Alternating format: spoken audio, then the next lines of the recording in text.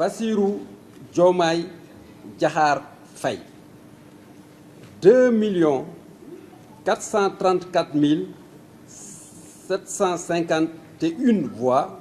Encore en prison une dizaine de jours avant le rendez-vous électoral, Bassirou Diomaye Faye se retrouve à la tête du Sénégal. Voici son histoire.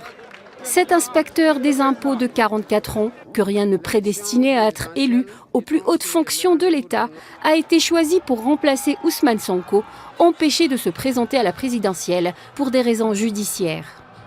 Originaire d'un village à une centaine de kilomètres de Dakar, Bassirou Diomaye Faye est diplômé en droit de l'université Cheikh Anta Diop de Dakar. Il est ensuite admis à l'École nationale d'administration. C'est à la Direction générale des impôts et domaines qu'il rencontre Ousmane Sonko, avec qui il cofonde le PASTEF en 2014. En mars 2021, le leader du parti Ousmane Sonko est arrêté pour trouble à l'ordre public.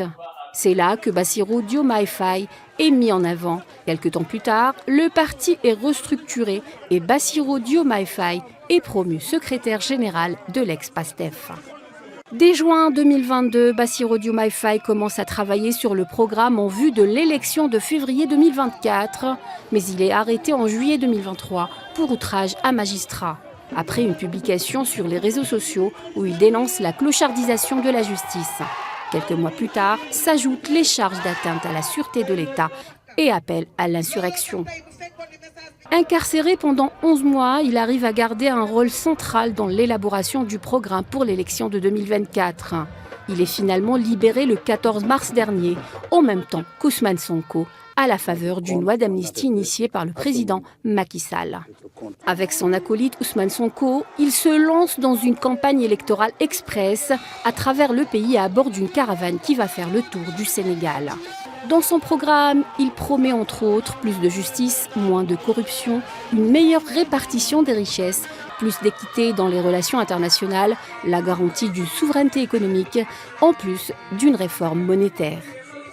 Je salue la posture du président Macky Sall, dont la vigilance et l'engagement ont permis de garantir un scrutin libre, démocratique et transparent, assurant ainsi un résultat reconnu par tous les protagonistes. Je voudrais reconnaître et saluer l'attachement de notre peuple à la démocratie, à la justice et à l'égalité. Avec l'élection de Bassirou Diomaye Faye à la tête du pays, le Sénégal écrit un nouveau chapitre de son histoire pour les 5 années à venir.